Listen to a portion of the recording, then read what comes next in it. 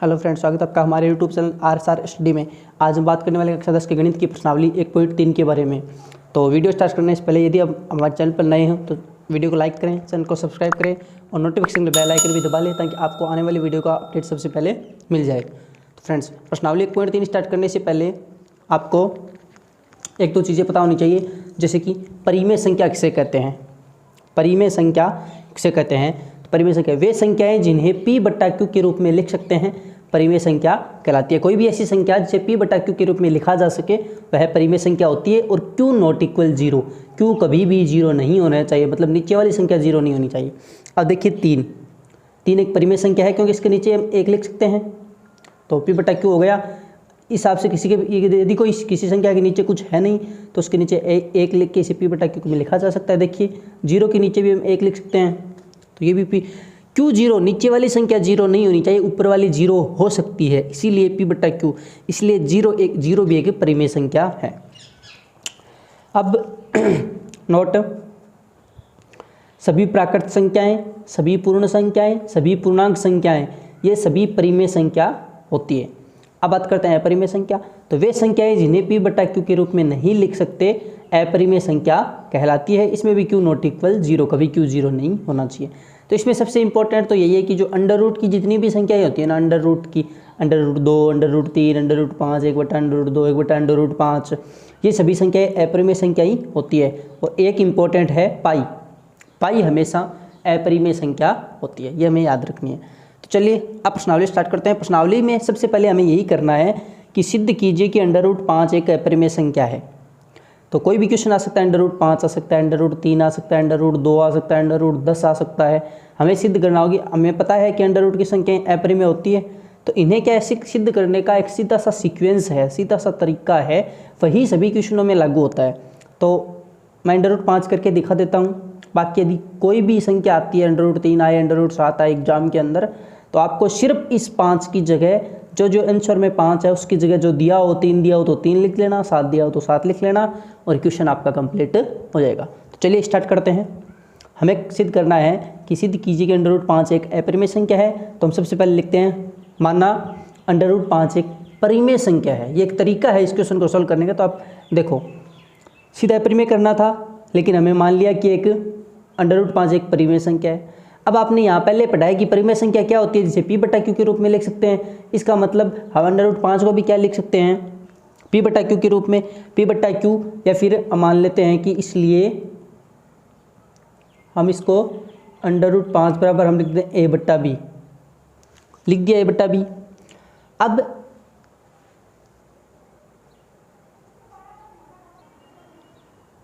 अब आपको दोनों तरफ करना है वर्ग। तो यहाँ क्या लिखेंगे, दोनों तरफ वर्ग करने पर। इन क्वेश्चनों करने का एक ही तरीका है, बस देखो। तो इधर से वर्ग करेंगे तो अंडर रूट का स्क्वायर क्या होगा, 5, अंडर रूट हट जाएगा और इधर A² ऊपर वाले का ऊपर स्क्वायर और नीचे वाले का नीचे स्क्वायर। अब हमें इसका एक तरीका सीक्वेंस है सीधा सीधा कि नीचे वज्र गुणा कर दो। यहाँ तिरछा गुणा या फिर वज्र गुणा बोलते हैं। 5B² बराबर क्या हो गया, A²। तो B² बराबर क्या आया, A² बट्टा 5। अब चलो देखो, ये समीकरण 1 मानो इसको। अब ये क्वेश्चन या फिर यहाँ से जो आगे बात लिखी होगी ना, उसको पढ़ने से पहले आपको पता होनी चाहिए इस प्रश्नावली में है प्रमेय 1.3। प्रमेय 1.3, ये प्रमेय भी आपको जाननी चाहिए। चलो पहले बता देनी चाहिए थी, अब बता देता हूँ बीच में कि यहाँ तक क्वेश्चन आ गया। अब हमें इस प्रमेय की जरूरत पड़ेगी। तो प्रमेय क्या है, देखो कि मान लीजिए P एक अभाज्य संख्या है। P कोई भी अभाज्य संख्या है। यदि P A² को विभाजित करती है तो P A को भी विभाजित करेगी। ये आपको मान के चलना है कि मानो आपने सिद्ध कर दिया कि P A² को विभाजित कर रहा है। अब इसके थ्रू हमें ये मानना है कि P A² को विभाजित कर रहा है तो P A को भी विभाजित करेगा। कैसे, देखो मैं मान लूँ P बराबर 5 और A बराबर में मान A² बराबर होता है 625। अब हमें पता है कि 5 625 को विभाजित कर रहा है, सही करेगा। तो हमें क्या मानना है कि 5 A² 625 है तो A कितना आया, A बराबर 25 आ गया ना, इसको भी विभाजित कर रहा है। तो ये प्रूव होता है, मतलब ये चीज़ें होती है, सिर्फ इसने परिमेय के रूप में लिख दिया तब हमें ऐसे लग रहा है कि पता नहीं क्या हो रहा होगा, कुछ नहीं है। देखो 5 625 को विभाजित कर रहा है तो 625 का घनमूल करेंगे तो 25 आएगा, तो 5 25 को विभाजित कर रहा है, तो ऐसा होता ही है नॉर्मली। तो अब हम यहाँ लिखेंगे कि देखो हमें अपरिमेय सिद्ध करना था, हमने परिमेय मान लिया और हम ये सिद्ध करके दिखा देंगे कि ये परिमेय है। अपरिमेय सिद्ध करना है लेकिन हमने परिमेय मान लिया और परिमेय सिद्ध करेंगे। परिमेय क्या होती है, जिसे P बटा Q के रूप में लिख सकते हैं। मतलब हमें सिद्ध करना है कि ये 5 है ना, A को भी भाग A में भी 5 का भाग जाएगा और B में भी 5 का भाग जाएगा, इसीलिए हम करें। अब देखो 5 A स्क्वायर को विभाजित कर रहा है तो हमने परिमेय के अनुसार हम क्या लिखेंगे, चूंकि हम लिखेंगे चूंकि 5 A स्क्वायर को विभाजित कर रहा है। अब 5 A स्क्वायर को विभाजित कर रहा है तो 5 A को भी विभाजित करेगा। A स्क्वायर को विभाजित कर रहा है तो 5 A को भी विभाजित करेगा। अब देखो आगे,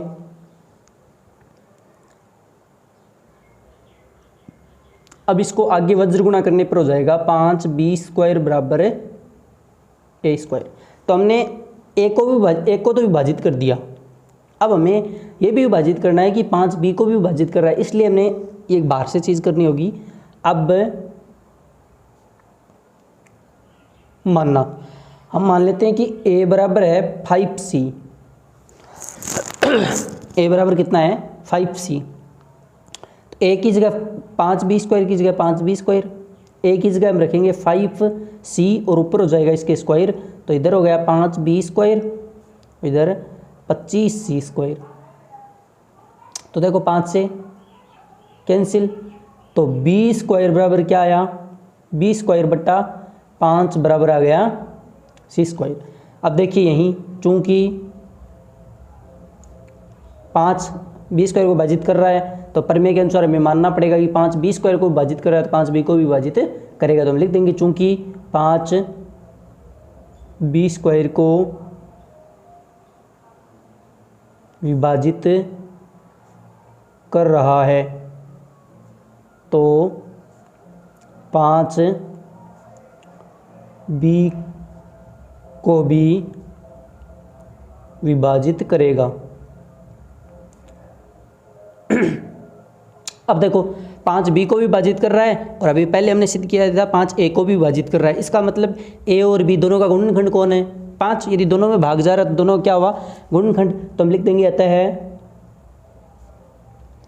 A व B का एक उभयनिष्ठ गुणनखंड 5 है। अब उसमें गुणनखंड उभयनिष्ठ है, इसका मतलब कि ये एक परिमेय संख्या है और हमें सिद्ध करना था अपरिमेय, मतलब ये एक विरोधाभास है, ये एक विरोधाभास है क्योंकि हमारी परिकल्पना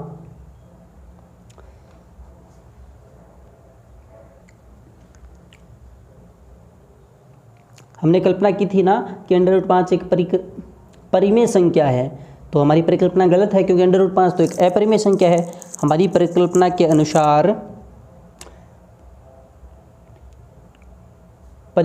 अनुसार तो क्या होना चाहिए, उभयनिष्ठ गुणनखंड होना ही नहीं चाहिए। अनुसार कोई उभयनिष्ठ गुणनखंड नहीं है। हमारी परिकल्पना के अनुसार उभयनिष्ठ गुणनखंड है नहीं, बल्कि हमने सिद्ध कर दिया कि A और B का एक उभयनिष्ठ गुणनखंड 5 है। इसका मतलब हमारी परिकल्पना क्या है, गलत, इसलिए हमारी परिकल्पना गलत है। हम लिख देंगे इसलिए हमारी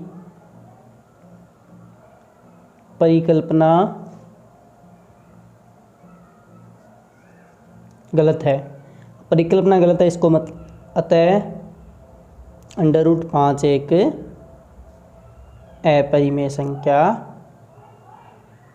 देखिए क्वेश्चन थोड़ा सा अजीब सा है, लेकिन इसमें एक ही तरीका है सेम। अब यदि आपको √7 दिया है तो यहाँ जहाँ भी इस पूरे क्वेश्चन में मैंने 5 लिखा है वहाँ 7 लिख लेना, 3 दिया हो 3 लिख लेना, क्वेश्चन एकदम सही हो जाएगा। ठीक है, तो चलिए अब स्टार्ट करते हैं क्वेश्चन नंबर 2। अब इस प्रश्नावली के आगे जितने भी क्वेश्चन हैं उसमें एक जैसी चीज़ें हैं, सभी को दिया होगा। पहले अपरिमेय संख्या सिद्ध करो, हम मान लेंगे कि एक परिमेय संख्या है, फिर वही सीक्वेंस a/b लिखो, दोनों तरफ वर्ग करो। तो एक सीधा सा सिंपल सा तरीका है इन क्वेश्चनों का। तो मैं क्वेश्चनों कर लेता हूँ पहले, और इन क्वेश्चनों करके मैं आपको सीधा समझा देता हूँ। तो आप क्या एक बार कॉपी में उतार लेना, खुद घर पे करोगे तो चीज़ें समझ में अच्छे से आएगी। और मेरा करने का मतलब यही है कि वीडियो थोड़ा छोटा हो, ज़्यादा बड़ा ना हो। देखो एक क्वेश्चन किया था अभी हमने, तो 10 से 11 मिनट हो गए, तो सभी क्वेश्चनों में 10 से 11 मिनट, तो फिर तो 1 घंटा का वीडियो हो जाएगा। इसलिए मैं क्वेश्चनों को करके आपको समझा देता हूँ, एकदम आसान सा एक जैसा तरीका है। तो चलिए स्टार्ट करते हैं क्वेश्चन नंबर 2। क्वेश्चन 2 क्या है, सिद्ध कीजिए कि 3 + 2√5 एक अपरिमेय संख्या है। तो हमारा वही तरीका कि पहले क्या मानेंगे, परिमेय संख्या, तो मानना 3 + 2√5 एक परिमेय संख्या है। अब यदि ये परिमेय संख्या है तो हम इसे क्या लिख सकते हैं, a/b के बराबर लिख सकते हैं, क्योंकि परिभाषा ही ऐसी होती है परिमेय संख्या की। अब देखिए 3 इधर प्लस में, इधर आके माइनस में, अब इसका लघुत्तम कितना आएगा, 3, लघुत्तम 3 आएगा। तो ये क्या बन गया, a - 3b/b, इधर है 2√5। अब 2 यहाँ इसके गुणा में, इधर किस में आ गया, भाग में। तो ये संख्या, अब देखिए a - 3b/2b, मतलब सभी पूर्ण संख्याएं हैं। इसको मतलब ये संख्या क्या है, एक परिमेय संख्या है कि a - 3b/2b बराबर एक परिमेय संख्या है। ये सबको पता है कि यदि a और b के साथ कोई अन्य पूर्णांक आ जाए या फिर अन्य कोई संख्या आ जाए तो वो संख्या परिमेय संख्या बन जाती है। तो हमें यहाँ स्पष्ट दिखाई दे रहा है कि एक परिमेय संख्या, तो हम क्या लिखेंगे, चूंकि a - 3b/2b एक क्या है, परिमेय संख्या। अब परिमेय संख्या के बराबर जो संख्या होती है वो भी क्या होगी, परिमेय संख्या। सिंपल सी बात है कि भाई राम के बराबर श्याम है तो श्याम के बराबर राम हुआ, वही बात। ये परिमेय संख्या है तो ये भी क्या हुई, एक परिमेय संख्या। तो हम लिख देंगे चूंकि एक परिमेय संख्या है इसलिए इसके बराबर वाली √5 भी एक परिमेय संख्या है, बल्कि परंतु √5 तो एक अपरिमेय संख्या है। हमने सिद्ध कर दिया कि परिमेय संख्या है, बल्कि हकीकत देखें तो अंडर रूट की संख्याएं क्या होती है, परिमेय संख्या। ये इस विरोधाभास के कारण हमारी कल्पना गलत है, अतः 3 + 2√5 एक परिमेय संख्या है। इसी हिसाब से चलिए स्टार्ट करते हैं क्वेश्चन नंबर 3। क्वेश्चन नंबर 3 में 3 पॉइंट दिए हुए हैं। पहला पॉइंट है 1/√2, तो वही बात सबसे पहले माना 1/√2 एक परिमेय संख्या है। 1/√2 बराबर a/b लिख देंगे, दोनों तरफ वर्ग करेंगे तो a² बराबर आ गया b²/2। चूंकि 2, देखिए 2 का भाग b² में जा रहा है, तो चूंकि 2 b² को विभाजित करता है तो 2b को भी विभाजित करेगा। क्या मानना पड़ेगा कि 2 b² को विभाजित कर रहा है तो 2b को भी विभाजित करेगा। तो अब हमें पता है कि हमें एक तो b और a दोनों में विभाजित करके दिखाना था। तो अब हम क्या मान लेंगे कि b बराबर 2c, तो a² बराबर b की जगह रख दिया 2c, तो 2c² 2। तो a² बराबर क्या आ गया, 2 का स्क्वायर 4 और c का स्क्वायर c²/2। ये देखिए 2 से 4 कट गया 2 बार, तो c² बराबर क्या बच जाएगा, a²/2। तो यहाँ 2a² को विभाजित कर रहा है तो हम लिख देंगे चूंकि 2a² को विभाजित कर रहा है तो 2a को भी विभाजित करेगा। अतः 2a व b का क्या हो गया, उभयनिष्ठ गुणनखंड, मतलब कि a में भी भाग 2 का जा रहा है, b में भी जा रहा है, तो a और b का उभयनिष्ठ गुणनखंड कौन है, 2। ये एक विरोधाभास है इसलिए हमारी परिकल्पना गलत है। अतः 1/√2 एक अपरिमेय संख्या है। इन सभी क्वेश्चन में थ्योरी एक जैसी है, आप बस एक दो क्वेश्चन अच्छे से कर लेना, सभी समझ में आ जाएंगे। नेक्स्ट है 7/5। तो माना 7/5 एक परिमेय संख्या है। अभी इस टाइप का क्वेश्चन हम करके आए हैं कि हमें सिर्फ √5 को एक तरफ रखना है, बाकी को दूसरी तरफ ले जाओ। तो ये गुणा में था, इसमें आ जाएगा भाग में, तो √5 बराबर क्या गया, a/7b। अब 7 एक पूर्ण संख्या है, 7 एक पूर्ण संख्या है और पूर्णांक भी है, और मैंने अभी बताया था कि a और b के साथ यदि कोई भी दूसरी संख्या आ जाए तो ये संख्या एक परिमेय संख्या बन जाती है। तो a/7 भी एक परिमेय संख्या है। अब परिमेय संख्या के सामने भी क्या हुई, ये भी एक परिमेय संख्या, बल्कि असल में √ से क्या होती है, एक अपरिमेय संख्या। ये एक विरोधाभास है, इसलिए हमारी परिकल्पना गलत है। अतः 7√5 एक परिमेय संख्या है। चलिए अब इस तीसरे क्वेश्चन का लास्ट पॉइंट और 1.3 का भी लास्ट क्वेश्चन है। तो चलिए स्टार्ट करते हैं। तो लास्ट पॉइंट है कि 6 plus under root 2, 6 plus under root 2 सिद्ध करना था कि एक अपरिमेय संख्या है। तो मान लेते हैं, मानना 6 प्लस अंडर रूट 2 एक परिमेय संख्या है, इसलिए 6 प्लस अंडर रूट 2 बराबर a बटा b लिख देंगे। अब अंडर रूट को इधर रखना है, बाकी को उधर ले जाओ, तो ये प्लस का इधर आके माइनस का, अब इसको लघुत्तम, इसका लघुत्तम b आएगा, सॉल्व करेंगे तो a माइनस 6b बटा b। अब अंडर रूट 2, अब देखिए मैंने बताया कि a और b के साथ अन्य कोई संख्या आ जाए, तो यहाँ 6 आ रहा है, तो 6 तो ये क्या होगी, एक परिमेय संख्या, तो हम लिख देंगे चूंकि a माइनस 6b बटा b एक परिमेय संख्या है, और परिमेय संख्या के सामने की संख्या भी क्या हुई, परिमेय, तो अंडर रूट 2 भी एक परिमेय संख्या है, बल्कि अंडर रूट 2 एक परिमेय संख्या होती नहीं है, क्योंकि अंडर रूट की सभी संख्याएं अपरिमेय संख्याएं होती है। ये एक विरोधाभास है, इसलिए हमारी परिकल्पना गलत है। अतः 6 प्लस अंडर रूट 2 एक अपरिमेय संख्या है। ये थी प्रश्नावली 1.3। आई होप आपको प्रश्नावली समझ आई होगी। यदि एक बार में समझ ना आए, क्योंकि इसमें थ्योरी थोड़ी ज़्यादा है, क्वेश्चन तो सभी एक जैसे ही हैं, क्वेश्चन आप 1 से 2 बार करोगे तो पक्का समझ आएंगे, क्योंकि एक जैसे क्वेश्चन है और एक जैसी ही थ्योरी है। प्रत्येक क्वेश्चन में देख लेना, आप लास्ट में यही लाइनें लिखी हुई मिलेगी। तो एक बार समझ में आए तो वीडियो 1 से 2 बार और देख लेना, और यदि आप हमारे चैनल पर नए हो तो वीडियो को लाइक करो, चैनल को सब्सक्राइब करो और नोटिफिकेशन बेल आइकन भी दबा लो, ताकि आपको आने वाली वीडियो का नोटिफिकेशन सबसे पहले मिल जाए। तो मिलते हैं नेक्स्ट वीडियो में, तब तक के लिए बाय बाय।